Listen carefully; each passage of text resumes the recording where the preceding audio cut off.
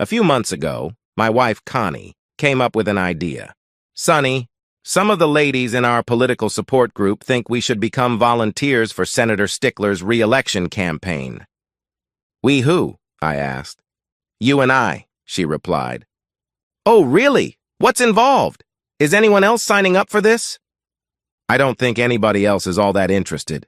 From what I understand, up until the election, it would be as much time as we are willing to donate. We'd be traveling around the state helping with fundraising events. I'd imagine we'd be doing whatever was needed at the time. What about my job? I asked. You have what? 20-some weeks of vacation you haven't used. Take a few months off. I think this would be a blast.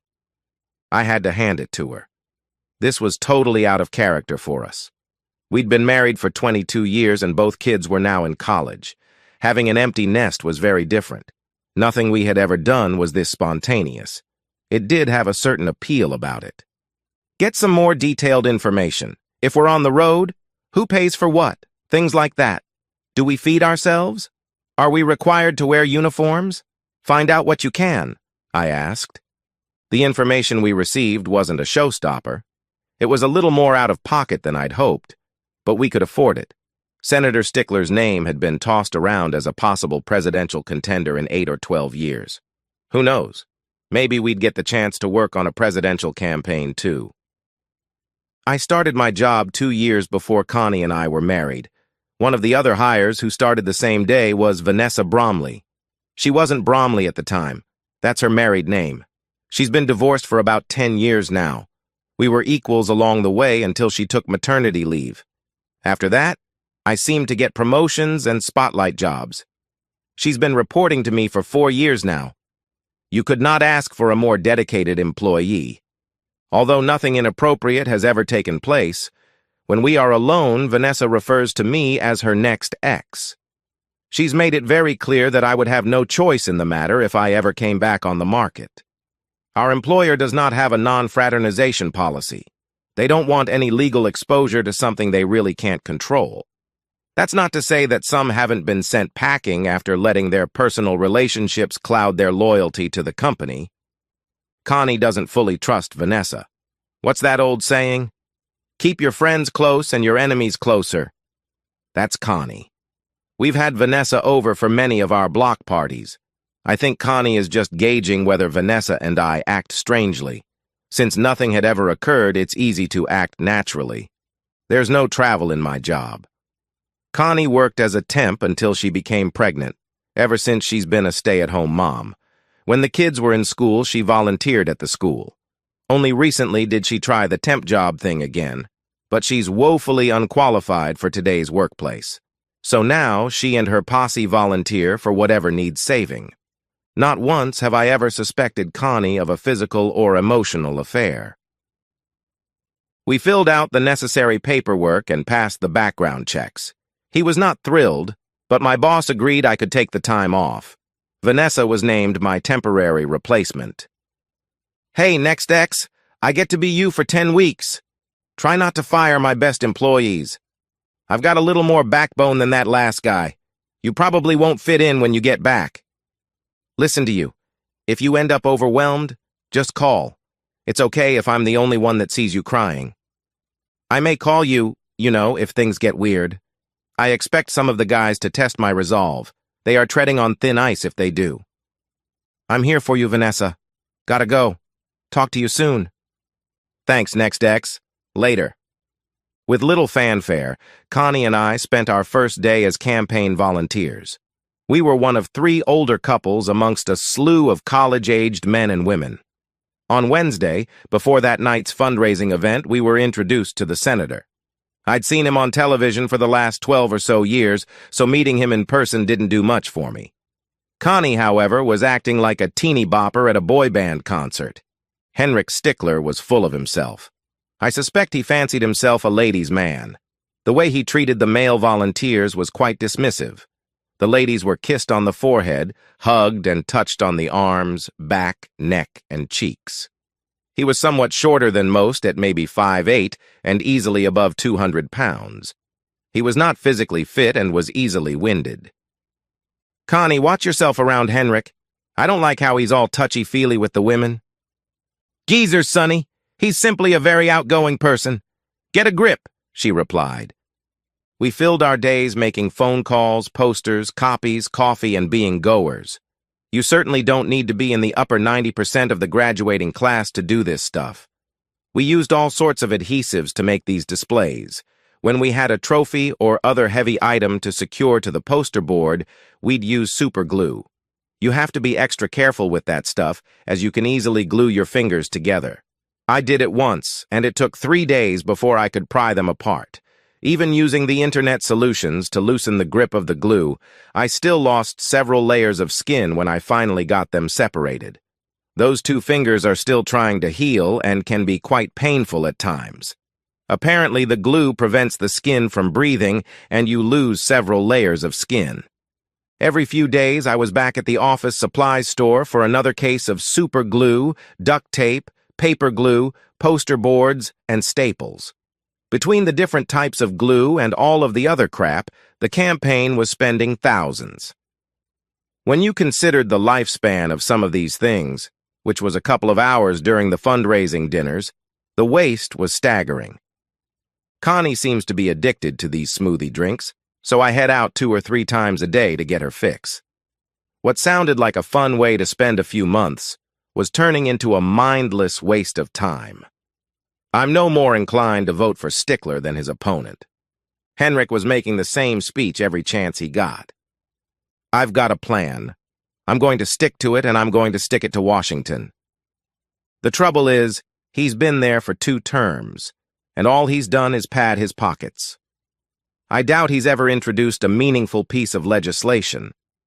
Voting along party lines is all he ever does. If his opponent didn't appear to be just as sleazy, I'd quit this experiment.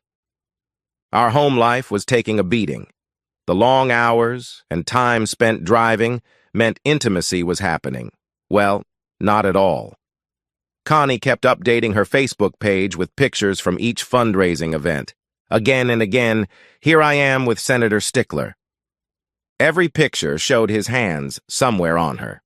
At a minimum, she was star-stuck. Several attempts at breaking my celibate streak were shot down when I complained about Connie's behavior around Henrik. Connie, what's gotten into you? You hang on to every word Henrik speaks and are like a puppy dog following him around. Do I have to worry about the 2 of you? I can't believe you. What? Are you jealous of a successful man? Is that it? I like him. He's got money, power, and prestige. He's also got a wife.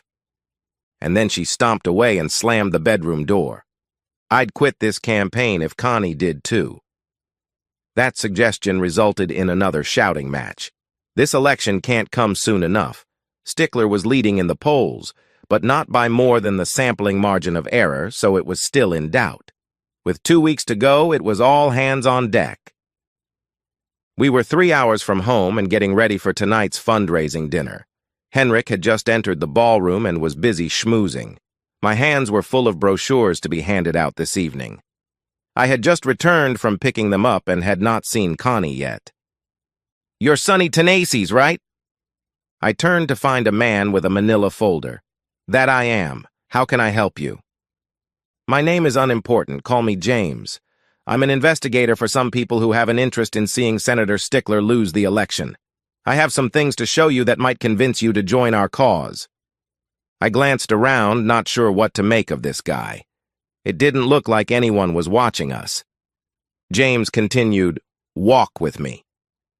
We walked towards the hotel lobby while my world unraveled. Sonny, your wife and Henrik are having an affair. 9 times over the last 4 weeks she has joined him in his suite immediately prior to a fundraising dinner. The pictures in this folder show her coming and going on those occasions. There are pictures on my phone of this afternoon's encounter. He leaves first, while she showers. She left his suite about 10 minutes ago. James pulled up the pictures from today. My stomach was churning and I was close to hyperventilating. You should sit if you're going to look at the pictures in the folder. Twice we were able to get pictures of their sexual encounter. I couldn't do it. My marriage is over, but I didn't think I wanted those images haunting me forever. How do I know these aren't staged? I asked. I guess you don't know. He's kind of a pervert and bites his women on their backs. Have a look and see tonight if you doubt me. See if this sounds familiar. Henrik slips her a room key card, which she puts into her sweater pocket. She then finds you and gives you a task, which sends you out of the building. When you return, she's freshly taken, and you're clueless. If you look close enough, you'd probably notice that whatever you were sent to pick up was available at noon, but you weren't sent to get them until after 4 p.m. About 90 minutes before each fundraising dinner, I'm sent out to pick up copies or to buy something. Today was no different. Damn this cheating woman. The receipt for the brochures I picked up today showed they were ready this morning. Well, you have my attention. Why are you recruiting me? I asked. Of the many women Henrik is currently having, we believe you are not the type to take this lying down. We're not sure of the others. Well, you've read me correctly. I will not go quietly, I replied. James went on to describe how much they would like to see a very vocal and demonstrative marital meltdown. He was willing to give me $10,000 for my emotional distress. He flashed an envelope which I assumed was the cash. I opened the folder with the pictures, and there it was. The act of biting her naked back. Did she pass away a 22-year marriage for this jerk? I grabbed the money envelope. Not tonight, but very soon the thing will hit the fan. Count on it. There's also a business card in there for one of our attorneys who is willing to represent you pro bono.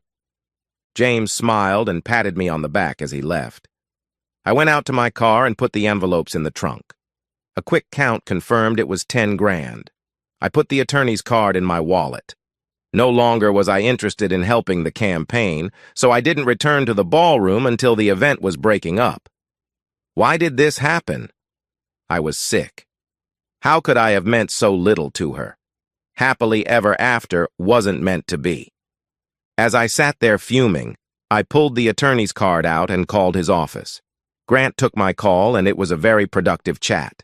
He was tasked with preparing the petition for divorce. Grant did catch me off guard.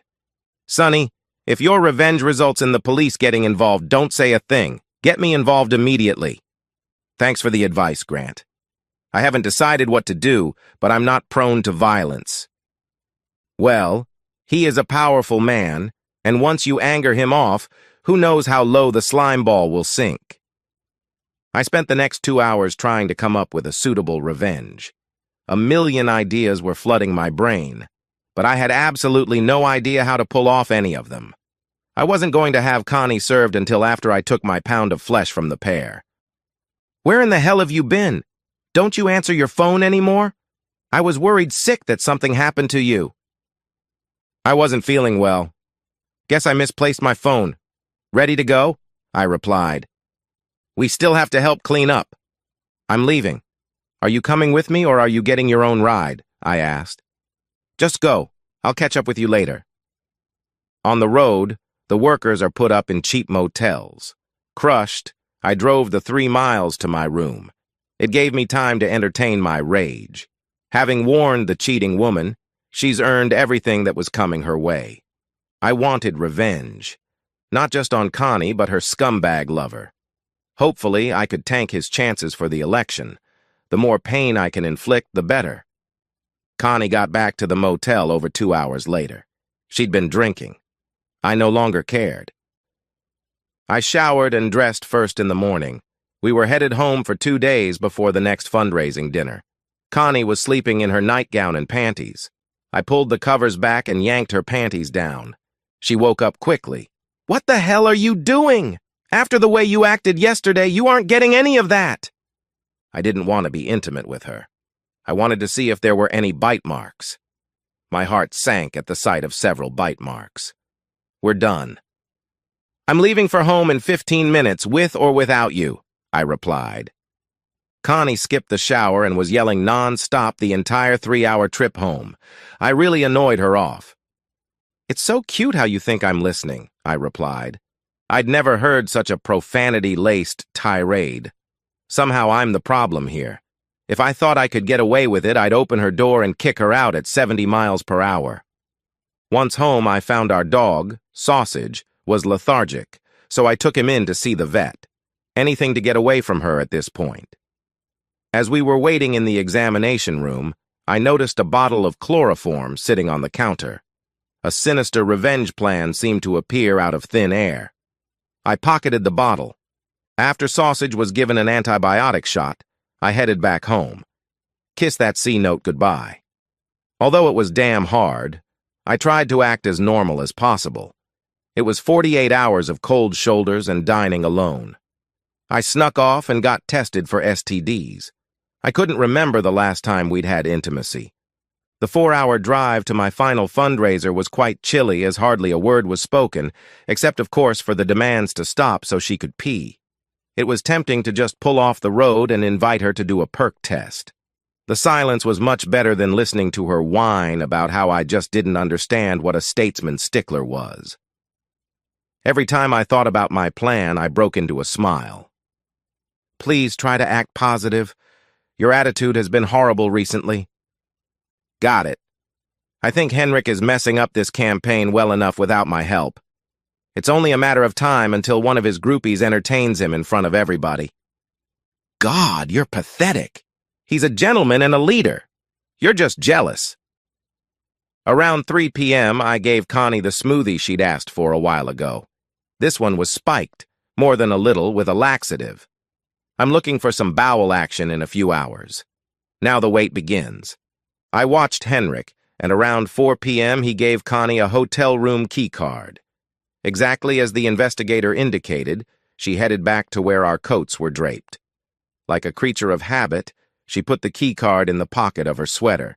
Connie made her way over to me, and guess what? I'm supposed to go get some brochures at a store about a mile away. I waited until she was distracted, then claimed the key card from her sweater. The room number, 321, was written in ink on the plastic card. Taking my duffel bag of goodies, I headed to the men's room and changed. My appearance was radically different. The traffic in and out was brisk, so I had no trouble blending in with my new identity. My duffel bag of goodies was under my baggy shirt. The third-floor stairwell door had a window in it, so I lingered there, acting as if I was on a phone call. 10 minutes passed before the snake entered the room. A minute later, the cheating woman emerged from the elevator and started frantically searching her sweater for the key. She knocked a few times before Henrik answered.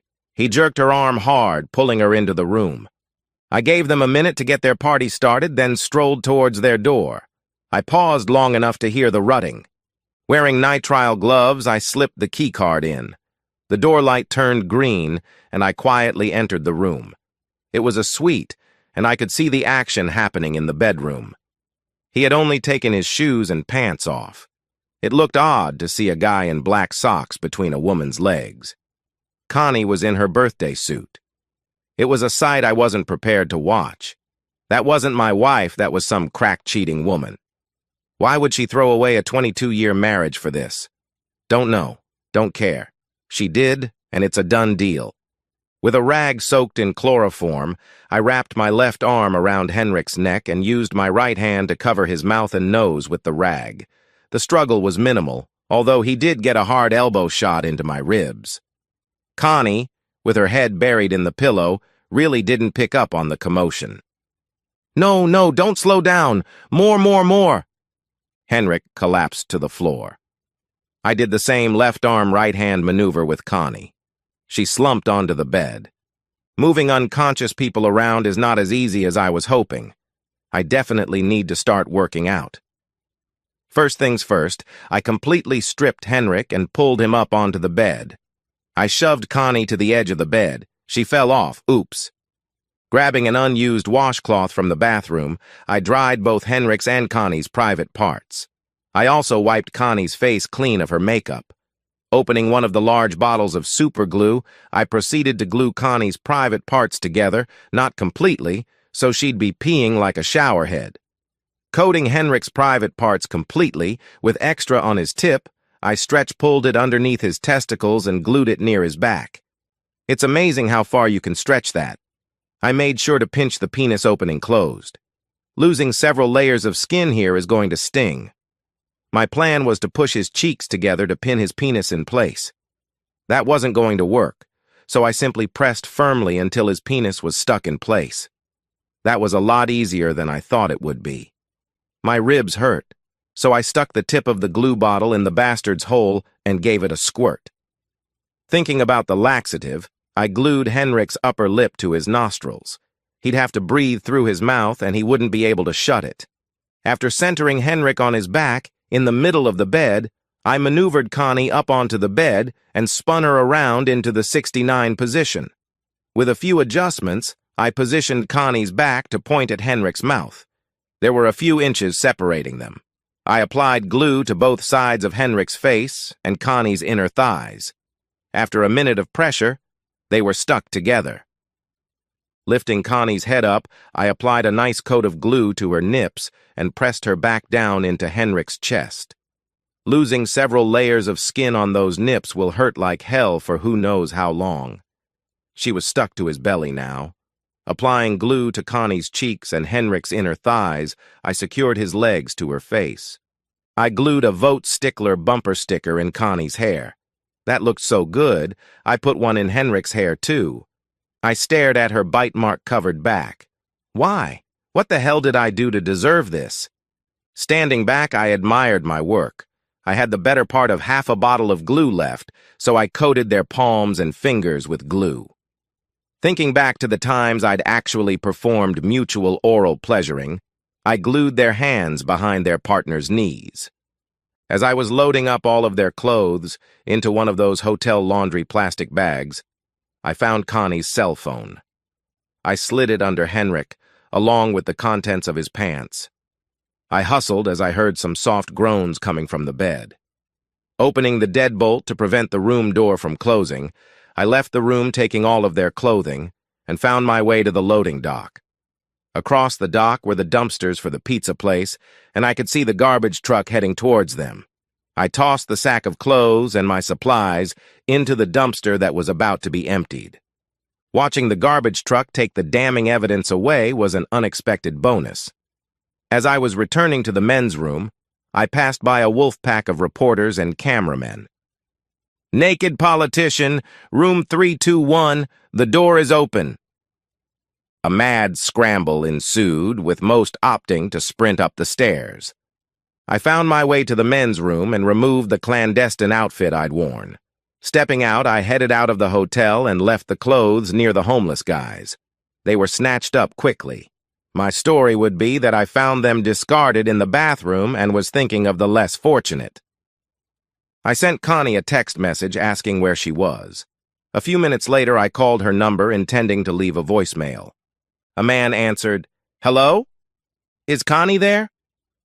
"Connie who?" he asked. "Connie Tennessee's." "Hold on," he replied. I could hear him shouting, "Anybody know a Connie Tennessee's?" Someone started screaming, "No!" "Who's asking?" "I'm Sonny Tennessee's, her husband," I replied. "Where you calling from, Sonny?" "Connie and I are campaign workers. I'm by the ballroom," I replied. "Get your back up to room 321, pronto." The phone went dead. I walked briskly up the stairs to the third floor. There was a small commotion near room 321. When I entered, there were at least a dozen people taking pictures and videos. A few were on the phone passing the story along. Stickler's press secretary and campaign manager were on the balcony banging on the sliding glass door. Someone had locked them out. I suspect they wanted to break up this party and were voted off the island. I made my way over to the lump of flesh on the bed. "Hey, cheating woman, is that you in there? What are all these bite marks on your back?" "Sonny, I'm sorry. We can work this out. Henrik bites me after intimacy." "Looks like you've been his toy for quite some time. And you think we can work this out?" "I don't. Tell you what, I'm going to step outside for a minute, and if you want to save our marriage, you'll join me there." "Sonny, I can't move," she replied. "And you should know we are history. After the way you humiliated me with teeny-tiny Jerk here, there's not a chance in hell." Henrik spoke up. "Bug off Jerk. I got her off every time." The temptation to permanently remove him from society was strong. Connie helped me earn the 10 grand. No way! I faked it every time. Even with you all the way in, I could hardly feel. You should get on the transplant list for an adult-sized tool. Ouch! Quit pulling! The reporters loved it. I started answering questions about myself and Connie. Connie groaned, "I need to use the bathroom, now!" Nobody said or did anything, and then came the sounds plat. Henrik was gagging, and he started vomiting and choking. Pee was spraying in several directions. After she was finished, a few of the reporters turned the flesh ball over. You could hear Henrik struggling to clear his airway. "What the hell are you doing?" "I couldn't hold it, jerk. Quit pulling. It hurts." There was a smattering of giggles throughout the room. Almost all of the cameramen got good close-up shots. Henrik's odd-colored hair plugs were now covered with poop. The smell was pretty gross. A couple of police officers entered the room, and we were all ushered out into the hall in under a minute. I continued to answer questions until hotel security sent us down to the first floor. The crowd was getting anxious. At $1,000 a plate, Henrik needed to be pressing flesh. The limo with his wife pulled up to the curb. It seemed like there were extra television vans covering tonight's event. Of the 200 expected guests, only a smattering were unaccounted for. Things were getting exciting. The ambulance arrived, and a slew of reporters with cameras flashing were harassing the police and hotel workers. When the gurney neared, with a sheet covering its cargo, the reporters recorded the sounds. A man's voice, "Damn it, the cheating woman is leaking again," followed by a woman's voice, "Damn you, I can't help it, quit pulling." Mrs. Stickler was fending off abusive comments when someone handed her a folder of pictures. She looked at a few, gasped, and dropped them. It was as if someone had spilled an open bag of birdseed in an aviary. The photos were scooped up by the reporters, and the rumor mill was on fire. The loudspeaker squeaked to life, "Ladies and gentlemen, due to his hospitalization, Henrik Stickler will not be able to join us this evening. We thank you for your understanding and continued support. Dinner will now be served." These people loved to strut their stuff, so Henrik not being there made no difference to them. I was done being a worker, so I drove to my motel. While I was resting on my bed, trying to figure out why I'd been discarded so easily, I started to cry. The loss of my marriage finally hit me. The strong marriage I thought I had was an illusion. About 30 minutes after I laid down, my cell phone rang. Caller ID identified it as the hospital. Game face on. "Hello. Is Mr. Sonny Tenaces available?" "Speaking," I replied. "Mr. Tenaces, your wife has been admitted to University Hospital. Do you know where we are located?" "I do. Why does that matter?" "Don't you want to see her?" they asked. "That cheating woman? Can I ask that she be taken off of life support?" "Sir, she's not on life support. We need you to confirm her identity and supply her insurance information." My $10,000 incentive kicked in. "Whatever. I'll be there in a bit." There were several news crews hanging around the entrance of the hospital. Management wasn't allowing them inside. Someone recognized me. "Mr. Tenaces? Mr. Tenaces? Talk to me." I held up a stop sign, "In a bit." At the reception desk, I identified myself. "I'm here to see Connie Tenaces. I'm her husband." "I'm sorry, sir. We are not allowing visitors at this time. I need to make copies of her insurance cards." "Lady, for all I know, you have a crack woman pretending to be my wife. Take your pen and stick it up your—" Her jaw dropped. I headed back outside. "Mr. Tenaces, what's going on?" "The hospital claims to have my wife, but they won't let me see her." One of the crews fired up their broadcast spotlights, and I heard someone announce, "We're going live." "Can you repeat what you just said, Mr. Tenaces?" "I said the hospital claims to have my wife, but they won't let me see her. When I identified myself, they said they weren't allowing visitors at this time. I guess being a senator allows you to bar access to the cheating wife I just found out about." I pulled out the picture of Jerk. "Have you seen this picture of Senator Stickler?" The pervert with a miniature Johnson bites the back of his conquests after. If your wife or girlfriend has worked on his campaign, check her back. About that time, hospital security interrupted the roast and escorted me inside. A suit motioned me over. Mr. Tenaces, our receptionist erred when she denied you seeing your wife. I do have to warn you that this could be very traumatic for you. Traumatic how? I asked. Well, she and the senator are glued quite firmly together. Both are naked. Yeah, I know. I saw them earlier. Have you gotten them apart yet? No, I think I heard that it could be several days unless they agree to surgery. There would be permanent scarring if we surgically separate them. It would be much wiser to induce their body oils to a higher level and place them into a sweat chamber. My vote is to pry them apart in the most painful way you can devise, I replied. The suit nodded his head in agreement. If it was my wife, that's the route I would choose too. An armed guard watched me closely as the administrator led me into her room. There were 2 nurses applying some kind of gel here, there, and everywhere. Henrik's hairy back was pointed towards me, and between his legs I saw Connie's eyes. Also in the room was the press secretary and campaign manager. Why are they in here? They don't look like family to me. Looks like a couple of perverts rubbing their private parts. The suit motioned them out, and when they refused, the armed guard convinced them. Nice to see you again, cheating woman. Counting the bite marks on your back, I guess you've been with him a bunch of times. Sonny, please, I'll make it up to you. I loved you more than life itself, Connie. I hope it was worth it.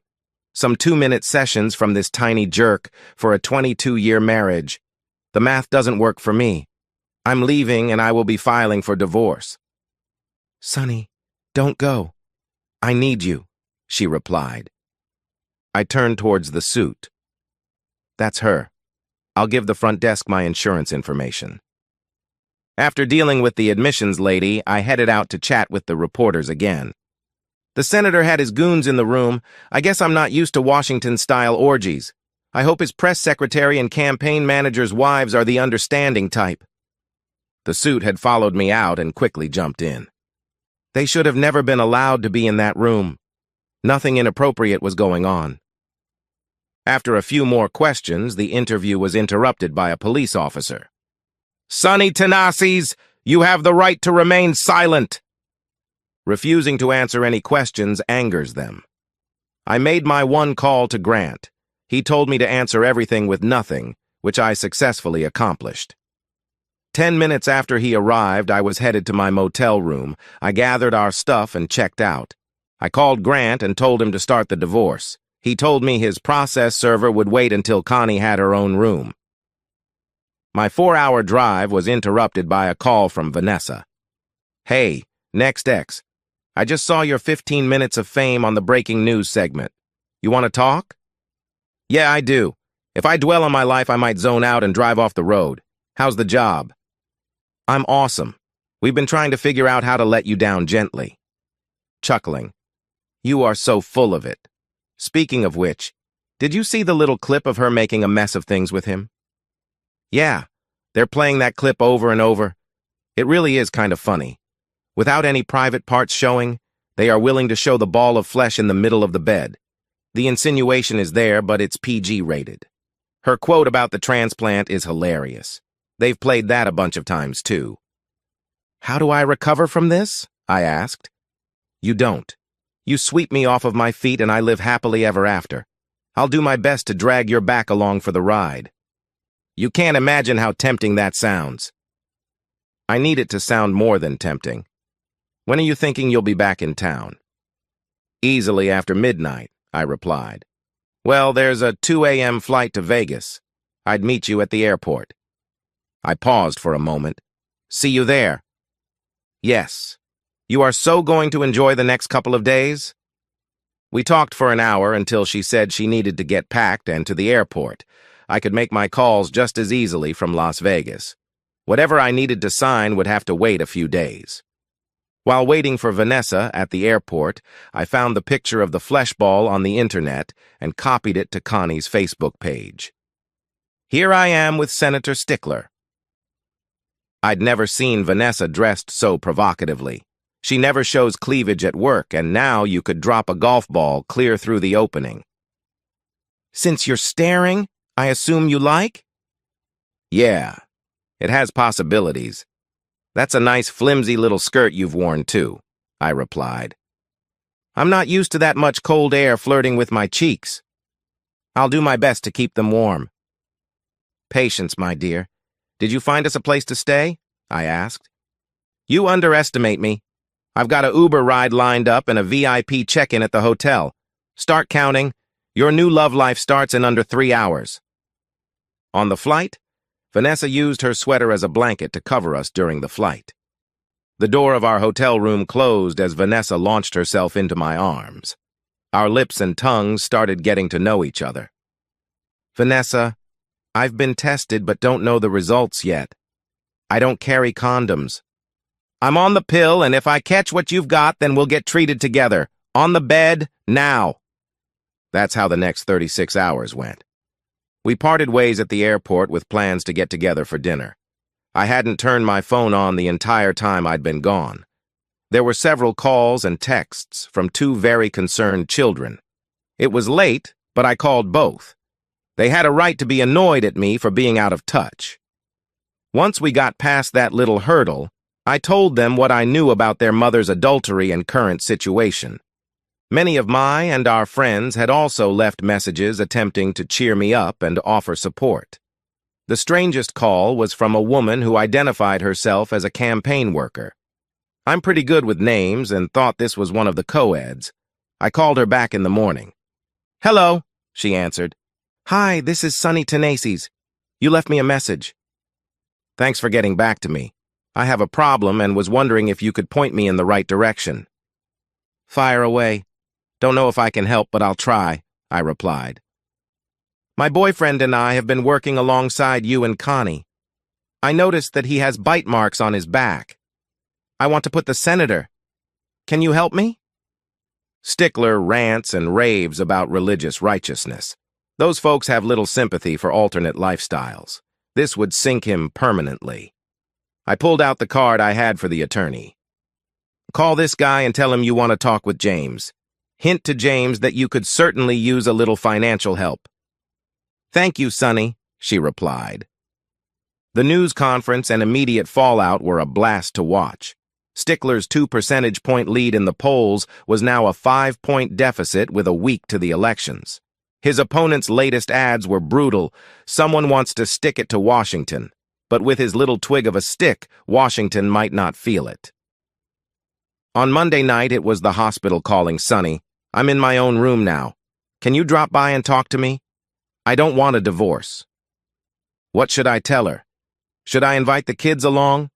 I don't have any plans to reconcile. I'm sorry, Connie. I have a dinner date with my fiancé. Get well soon. I'll let the kids know about you. What did you say? We're still married, she replied. I said I'll let the kids know about you. Talk with you? Never, I hope. Sonny, don't you dare hang, as I hit the end button. I called my intended fiancé. Vanessa answered, How's my next ex tonight? Wondering if you'd like to get together for a nightcap? Come on over, she answered. Now my plan was to talk with Vanessa first, but her plan won out. She didn't seem disappointed. What happened today? I resigned. Hopefully you'll get my job permanently. You did what? Why? She asked. There's no way I could ever treat you as an underling. I need a break. And besides, this allows us to find out if we really could be meant for each other. I was raw when Vanessa left for work in the morning, smiling, but raw. I'd signed up for a new phone and was keeping the kids apprised of what was going on. The remaining fundraising dinners had been canceled. Senator Stickler had not been heard from since Friday night's fiasco. As great as the intimacy was, Vanessa and I agreed that the only way this would work is if we tried to take it much slower. We were delusional. Neither one of us could go more than a day without needing to see the other. Who cares if it doesn't last? This was a firestorm raging out of control. Both kids visited their mother in the hospital. The hospital resorted to cutting Henrik's anus and penis open to insert tubes. Connie told the kids that her nips could not stand to be touched by air or water. I found some satisfaction in hearing that. If that's what Connie's experiencing, then I suspect Henrik is in twice as much pain as I used a whole lot more glue on his privates. When Connie returned home from the hospital, she found that I'd already moved my stuff. I took it over to Vanessa's house. It didn't take Connie long to figure out that I was there. My kids told me Connie was going crazy not being able to get in touch with me. After Connie was released, the kids convinced me that I needed to give her a chance to explain. The only reason I went over there was because of my kids. I rang the doorbell. "Sonny, it's your house. You can come in." "I don't want to come in. If you want to talk to me, you'll have to join me on the porch." This was not going as Connie had planned. I could smell something nice coming from the kitchen. I was not about to be drawn into a reconciliation trap. Her hair was covered by a scarf, and her cheeks were covered with some type of medical cream. Her chest was untethered, and she was wearing some latex gloves. I hope those hurt like hell. They can't hurt as much as my heart does. "Sonny, please. I promise to behave." "I'll give you 10 seconds to get out here or I'm leaving," I replied. Connie tried to hug and kiss me, but I repelled her. There was pain in her eyes. We sat a few feet apart on the porch steps. "I don't want a divorce, Sonny. It will take some time, but we can work this out. Counting our courtship, we've been together 25 years. So what? You had no trouble throwing it away. And for what? Tell me. For what?" The tears were trickling and she was choked up. "I can't begin to express how sorry I am. I was swept up in the excitement of it. I know that's just an excuse and what I did is completely inexcusable, but I'm begging you to give me another chance." "Not going to happen, Connie. Everyone who knows me now knows that you were Stickler's bucket. They have figured out that I meant nothing to you. I won't subject myself to their pity or ridicule. I intend to live with and possibly marry Vanessa. Just so you know, we've been having intimacy non-stop since the day you glued yourself to Stickler. It's the first time I'd done anything against my wedding vows. I figure you two have been together around for years. Now the kids think that I'm the bad guy. We could have worked this out. You believe what you want to believe, Connie. What we had meant nothing to you. I don't feel guilty at all. I was the one discarded, not you. I'll fight you in court. This is just wrong. Tell Vanessa I hate her." "Vanessa could care less what you think. She has the man of her dreams now. I'm kind of liking being appreciated. I might not be rich and powerful, but I have someone who loves me. Have your lawyer work with my lawyer. See you in court." Stickler lost the election. A few days later, his wife started divorce proceedings. Connie was named and required to testify. Due to constant harassment, some sexually related and some blaming Connie for Stickler's loss, Connie moved to an apartment. We agreed to sell the house and split the proceeds. All of her Facebook pictures were taken down, and now only a close-up of Connie and I is there. The police had me in their crosshairs. Until I was testifying in court, I was under strict orders to say nothing. The only real evidence they had was that I was in the men's room, out of sight, the entire time of the assault. I could always testify that since I was getting nothing at home, I was forced into a life of self-satisfaction, and that's why I was in the men's room so long. Connie was true to her word. She strung out the divorce for a year. I had to survive 12 weeks of counseling. I hated it. Reliving those last 2 months only made the whole experience more painful. It was also very difficult to watch the woman I'd loved for 25 years have a mental breakdown. Sometimes the hole you dig is too deep to climb out of. I never gave Connie any sign that I would change my mind and reconcile. I was her first husband and she was my first wife. Even after suffering through those counseling sessions, I still don't understand how what we had meant so little to her, until it was too late. Vanessa and I lived together for a year before my divorce was granted. We left for Las Vegas that night and returned as a married couple. Vanessa excelled at my old job. I found employment as a project manager for one of the companies my previous employer serviced. No arrests were ever made in the assault of the former senator. An unmarked envelope showed up about 2 years after the election. It was the erectile dysfunction report for someone named H. Stickler. Poor guy, it appears he hasn't been able to have intimacy since his attack. The pain in his penis head immediately cancels any arousal he was experiencing. The prognosis was not good. They'd tried several potential solutions, and none had succeeded. The report suggested that he should give it some time and see if things improved on their own. I smile every time I think of that report. Vanessa and I recently celebrated our 10th anniversary. Connie is on husband's number 4. We see her at major family events like weddings and grandchild births. The only constant is that she always says, "We could have worked it out, Sonny." No, we couldn't. And so, we've reached the end of today's story. Was it what you expected, or did it take a twist you didn't see coming? I'm curious to hear your thoughts. Share them in the comments below, and let's get a conversation going. If this story kept you hooked, make sure to hit that like button. And if you're new here or just haven't subscribed yet, now's the perfect time to join our community. I bring you fresh, captivating stories every day, so click that subscribe button and turn on notifications so you never miss out. Thanks for watching, and I'll see you in the next one.